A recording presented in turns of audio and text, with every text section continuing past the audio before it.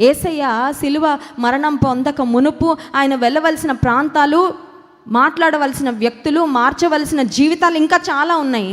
కానీ ఇక్కడ ఈ వ్యక్తి జీవితాన్ని వెలిగించి ఆ వెలుగు వదిలిపెట్టి వెళ్ళిపోయారు అంతే. ఇప్పుడు అతని డ్యూటీ ఏంటంటే అక్కడ ఉన్న చీకటి బ్రతుకులన్నిటినీ ప్రభు సువార్తతో వెలిగించటం. ప్రియమైన సహోదరి సహోదరుడా, నీవు నేను వెలిగించబడ్డాము. వెలిగించడానికే మనల్ని దేవుడు ఇంకా ఉంచాడు ఈ ప్రపంచంలో. నీవు నేను క్రీస్తు ప్రభు సువార్తను ప్రకటించి వెలిగించాల్సిన బ్రతుకులు ఇంకా చాలా చాలా ఉన్నాయండి. కానీ చాలాసార్లు మన దృష్టి వాటి మీద ఉండట్లే. ఎందుకంటే వీఆర్ టూ బిజీ. మన పనుల్లో మనం చాలా బిజీగా ఉంటున్నాం. సువార్త నీవు నేను ప్రకటించవలసిన వారు ఎంతోమంది ఉన్నారు.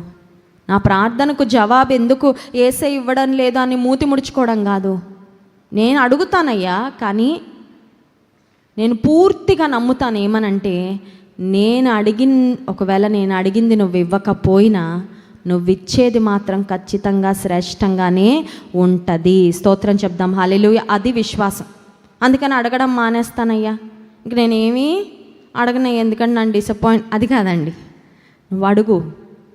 నువ్వు అడుగు, కానీ నీకేది శ్రేష్టమైనదో కొన్నిసార్లు నువ్వు అడిగిందే నీకు ఇచ్చేస్తాడు. ఎందుకంటే అది ఆయన పరిపూర్ణమైన చిత్తం అయినప్పుడు హీ విల్ గ్రాంట్ ఇట్ అంతే. కొన్నిసార్లు ఇంకా అడుగుతానే ఉంటావు, ఆమెనని కూడా వచ్చేస్తుంది జవాబు. క్లిక్ చేసి ఆర్డర్ పెట్టక ముందే డోర్ దగ్గర డెలివరీ ఉన్నట్టు ఉంటుంది కొన్నిసార్లు. అలా చేస్తాడు కార్యాలు. అని కొన్నిసార్లు దేవుడు ప్రార్థన చేసిన మనం అడిగింది కాకుండా he will give something else. కానీ అది ఆయన ప్రణాళిక, అది మనకు శ్రేష్టమైనది. కనుక ఈ ఉపవాస ప్రార్థనకు వచ్చిన మనము అడగవలసిన బాధ్యత మనదే.